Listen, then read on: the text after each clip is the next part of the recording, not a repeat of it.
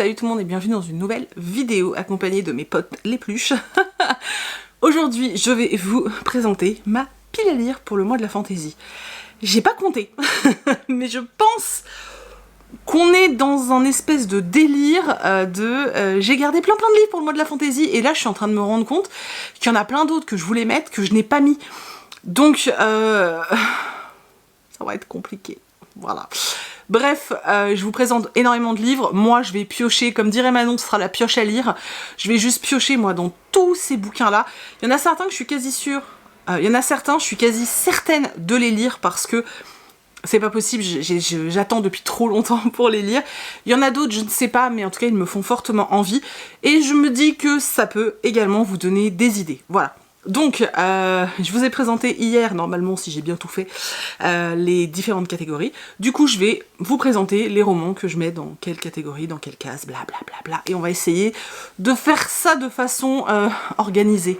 J'ai essayé, j'ai fait des piles différentes. Alors, on va voir si ça fonctionne. Donc, on y va. Donc la première catégorie, c'était bien au chaud dans notre monde. Dans cette catégorie-là, j'ai mis plusieurs sous-catégories. La première étant tout ce qui peut être apprentissage, école, etc. Alors j'en avais plusieurs qui rentraient dans cette catégorie, mais j'ai décidé de sortir celui que j'ai acheté il y a quelques mois. Et j'en peux plus d'attendre, donc j'ai sorti Le Maître des Chagrins. Je sais pas pourquoi j'allais dire cauchemar, non. Le Maître des Chagrins de Justine Cale, Les Dieux Silencieux, le tome 1, j'adore cette couverture et je me suis pas foulée, derrière c'est écrit parmi les élèves de l'académie, c'est la première phrase, j'ai pas cherché à comprendre au-delà, voilà, élève, académie, pour moi ça match, on est dans tout ce qui va être, dans une espèce d'école, une académie c'est une espèce d'école donc ça fonctionne. Donc voilà, le premier titre. Là où j'ai pas été tellement sérieux, c'est dans la deuxième sous-catégorie. Donc dans la sous-catégorie, nous avons vécu de longues aventures, de longues choses. Donc tout ce qui est saga. Et là, j'avais envie de mettre plein de bouquins. Et j'en ai mis pas mal. J'ai mis tout ça. Bah ouais, c'est ce qui me fait envie. Donc j'ai mis un tome de The Mortal Instrument. Donc les dernières heures. J'ai pas pris le bon en plus. Je raconte n'importe quoi. Donc c'est pas celui-ci, mais c'est un tome ça va être un tome de The Mortal Instrument, mais je l'ai pas... c'est pas le bon. J'ai pas pris le bon, voilà. Le bon, c'est le tome 1 de Les Origines, voilà. Mais j'aime bien cette couve, elle est belle. J'avais dit que j'étais organisée, ça, la preuve... Je vais tenter de lire le premier tome de Lune Ardente de Morgane Ruggrave chez Plume Blanche. C'est le coup de cœur de Héloïse et Manon qui s'occupent de la Once Upon a Book. C'était vraiment leur coup de cœur, donc voilà. Elles m'en ont beaucoup parlé, elles m'ont beaucoup vendu en me disant qu'il était vraiment chouette, donc elles m'ont beaucoup intriguée. Je l'avais acheté dans une de leurs box d'ailleurs. Et puis Manon l'a lu et a adoré, donc j'ai très envie, la couve est très jolie en plus. J'ai très envie de découvrir ça, d'autant plus que l'objet livre est juste incroyablement beau. Il y a un loup là, enfin voilà. Voilà, bref, c'est très beau. Et c'est une saga, c'est un tome 1, donc ça rentre. Ensuite, il faut que j'avance d'autres sagas, et notamment celle-ci. Donc je vais lire le tome 2, Lady Smoke. Le tome 1 s'appelait... Je ne sais plus. Donc c'est la saga, ça doit être écrit dessus, non? Ash Princess. Voilà, donc c'est le tome 2 de Ash Princess de Laura Sebastian. J'ai le 2 et le 3 dans ma palle et je ne les ai toujours pas lus. C'est une catastrophe, je ne sais pas pourquoi je traîne à ce point-là. C'est des pavés, hein. Franchement, bon c'est écrit gros, mais chaque fois ils font 650 pages et c'est vrai que je repousse. J'avais beaucoup aimé en plus le tome 1. Peut-être peur d'être déçue. Vous savez, le fameux traumatisme du tome 2, puisque très souvent les tomes 2 sont pas très bons, quoi. Donc bon, il faut que je le lise absolument. Et si ça se trouve, je vais être tellement emportée que je vais enchaîner avec le 3. Ce serait bien, je finirais une saga. Ensuite, bien sûr, ces deux-là, par contre, les deux prochains que je vous montre, c'est même pas genre, peut-être, c'est juste sûr. Le tome 3 de Kéléana, j'ai fait exprès de m'en garder plusieurs. C'est-à-dire que j'ai le tome 3 et j'ai le tome 4, partie 1 et partie 2. Donc... voilà, si je suis encore dans mon délire, je vais pouvoir tout enchaîner. En plus, le tome 4 qui a été coupé en deux, les deux tomes sont assez petits. Voilà. Donc effectivement, il y a une certitude, c'est que je me ferai un tome de Kéléana. Tout comme l'autre certitude, si vous étiez là dans le live que j'ai fait cette semaine, vous avez dû voir ma réaction quand j'ai ouvert le paquet. C'est le tome 2 de Calam, de Paul Béorn. J'ai surkiffé le tome 1. Je le vends peut-être même encore plus que ce que je l'ai aimé, tellement j'ai attendu ce tome 2. J'ai tellement aimé, ça a été tellement une découverte incroyable pour moi, le tome 1, tout simplement parce que je m'attendais tellement pas à aimer à ce point-là que bah, ça a été dingue en fait. Et j'attendais ce titre depuis, je sais pas, 3 ans peut-être, 4 ans, j'en sais rien, 3 ans je pense. J'en pouvais plus d'attendre. Le tome 1 est sorti en poche si ça vous intéresse, mais une certitude, c'est que je lis ce tome pour le mois de la fantaisie. C'est une certitude, voilà. Et on n'était que dans la catégorie 2, voilà, sous-catégorie 2 de la catégorie 1. Oui, cette vidéo va être interminable. Je sais. Ensuite, toujours bien au chaud dans notre monde, nous avons rencontré des êtres extraordinaires. Donc magie, sorcellerie, patati, patata. Donc dans cette catégorie, j'ai mis 3 romans. Et ceux-là, franchement, j'espère vraiment, vraiment pouvoir les lire. Donc le tome 1, je dis ça, mais j'ai pris le tome 3, mais je suis un boulet, moi. Donc le tome 1 de Half-Bad, c'est pas celui-là, hein, mais bon, c'est Half-Bad quand même. Ça, c'est le tome 3. Voilà, c'est parce qu'ils sont mal rangés dans ma pile à lire. Depuis que j'ai lu Les Voleurs de Fumée, vous savez que j'avais très envie de découvrir d'autres titres de Sally Green. Je n'ai jamais lu Half-Bad, donc voilà, c'est un sorcier, donc je veux lire Half-Bad, je lirai le tome 1 de Half-Bad. Ça fait 4 fois que je dis Half-Bad, mais en fait je trouve que Half-Bad c'est très drôle. Bon, je sais, je suis chiante. Je sais, voilà. Un roman que j'ai reçu, je crois que je vous l'ai même pas montré, Biotaniste, il a l'air incroyable. Donc de Anne-Sophie Devries aux éditions Naos. Et en fait, ils disent derrière, rime jeune sorcière. Voilà, c'est tout. On est dans un monde dans le futur. Enfin, ça a l'air dingue. Je vous en parlerai quand je vais le lire, parce que c'est une certitude que je vais le lire. Et on est dans un monde où les femmes ont pris le pouvoir, où il y a des sorcières et tout. Oh, ça a l'air dinguissime. Il est balèze. Hein. Ouais, il est gros. Hein. Mais ça a l'air trop bien.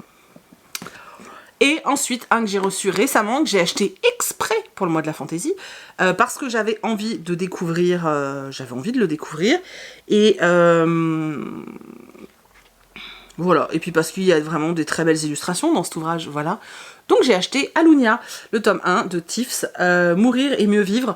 Alors au début je savais pas si ça allait vraiment rentrer dedans, et en fait derrière il y a écrit Bienvenue sur Alunia, où magie ancestrale et nouvelles technologies se côtoient. Il y a de la magie, ça match. Voilà, donc on verra, mais j'ai très très envie de le lire et j'espère vraiment pouvoir me le caser. Et ensuite, bien au chaud dans notre univers, nous avions découvert que nous avions un but, un goal, voilà, un destin quoi. Et là, j'ai fait ma petite joueuse, hein, clairement j'ai fait ma petite joueuse. Voilà, l'Assassin Royal. Bon, ok, je vais pas lire tout, c'est un intégral, hein. Enfin c'est, voilà, il y a plusieurs tomes, donc je vais lire le tome 1, qui fait quand même, punaise c'est écrit tout petit, qui fait 400 pages et c'est pas écrit très gros et je vais me flinguer les yeux. J'adore cette édition, voilà.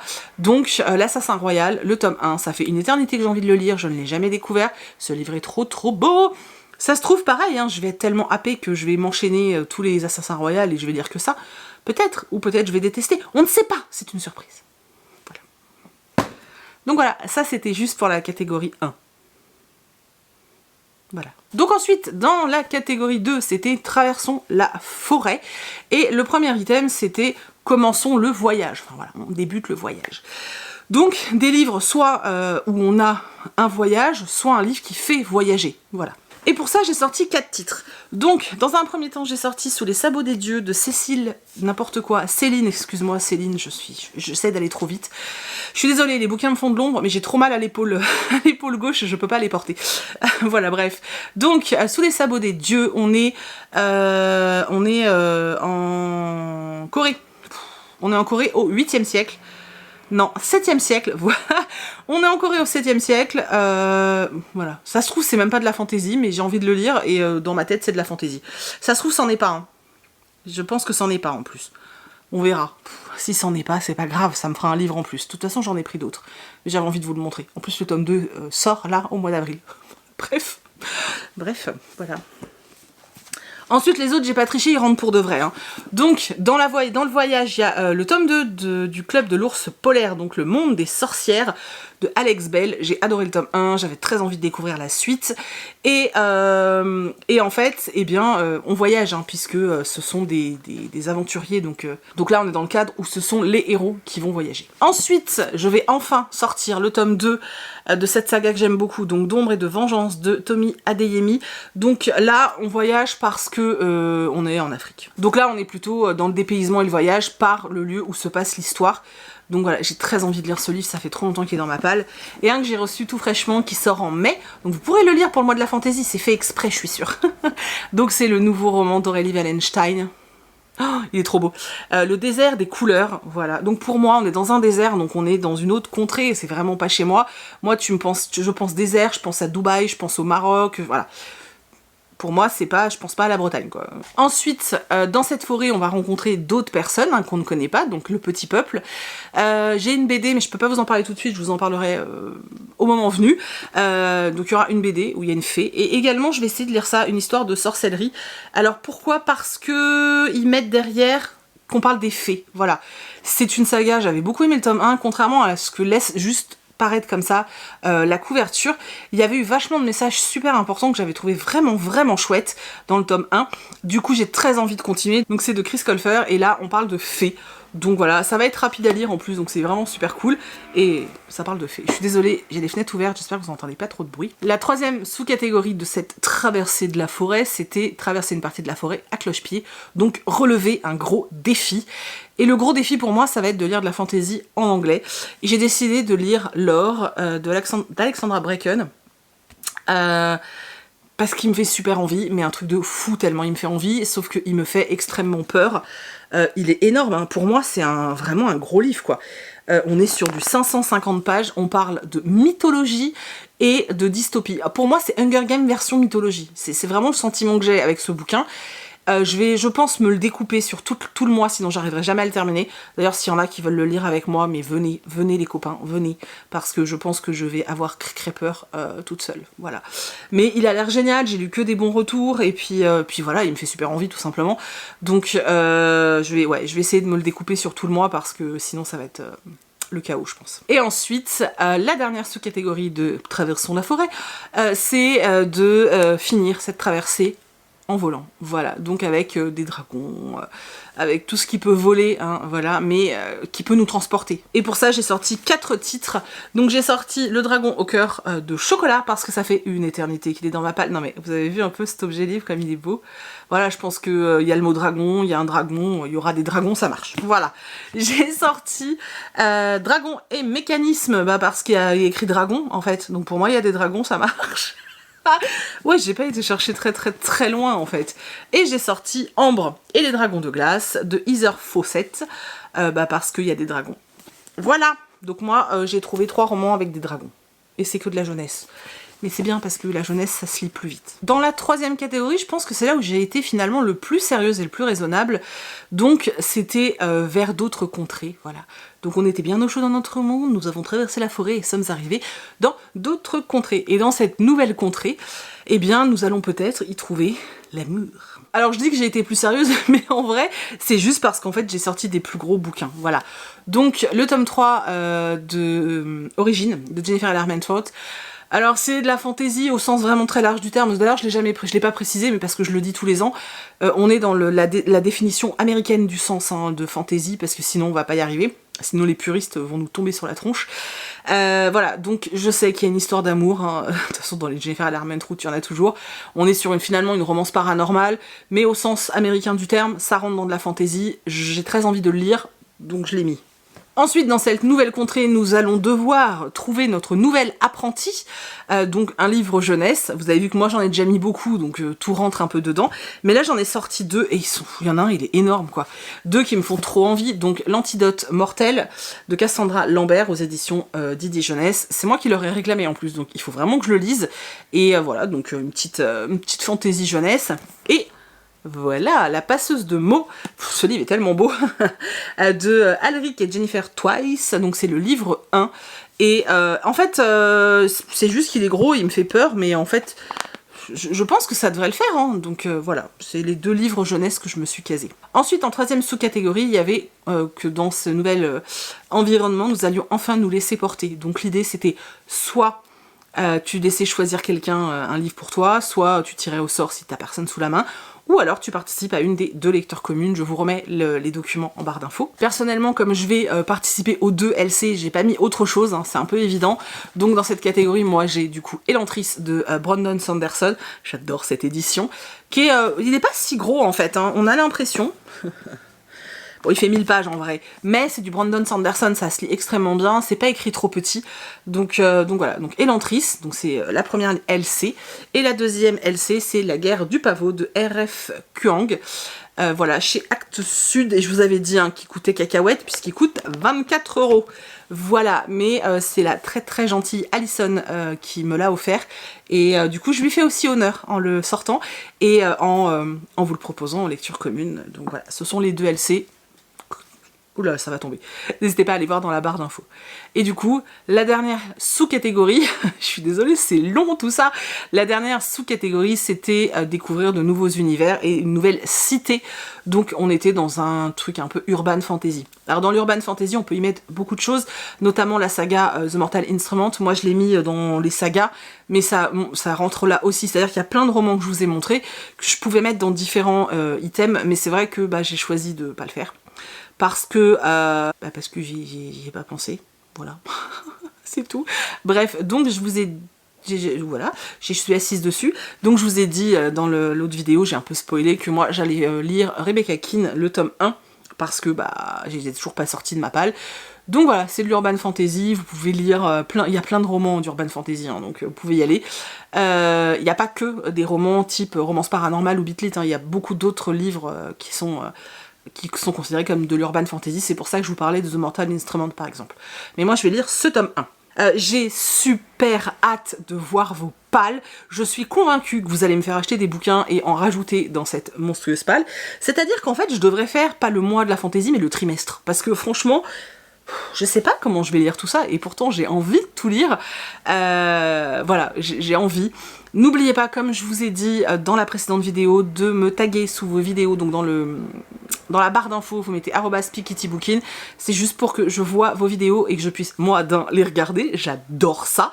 Je pense que tous ceux qui vont... Moi la première, hein, je râle souvent d'ailleurs, mais bizarrement pour le mois de la fantasy, je râle moins. J'espère qu'il va y avoir plein de piles à lire, parce que j'adore regarder les piles à lire, noter des titres et tout, voilà. Je pense qu'on adore ça quand c'est un challenge qu'on kiffe, forcément. Voilà, donc n'hésitez pas pour que je puisse voir vos vidéos et les repartager sur Instagram, sur Facebook, là où je suis au moment où je les vois, en fait, hein, tout simplement. Voilà, j'espère que cette vidéo vous a plu, j'espère que ça vous a donné des idées. Ceux qui n'ont pas de réseaux sociaux, tout ça, n'hésitez pas à me dire quels sont les titres que vous allez lire pour le mois de la fantasy. Vous pouvez me les mettre en commentaire, il n'y a pas de souci, je lirai ça avec grand plaisir. J'ai vraiment hâte d'échanger avec vous autour de tout ça.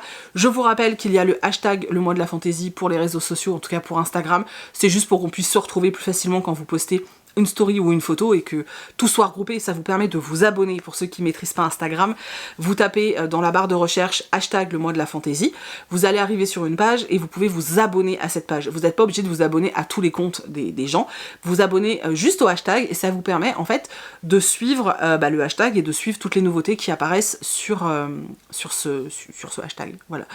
C'est ce que je fais pour le week-end en bulle, c'est ce que je fais pour le mois de la fantasy.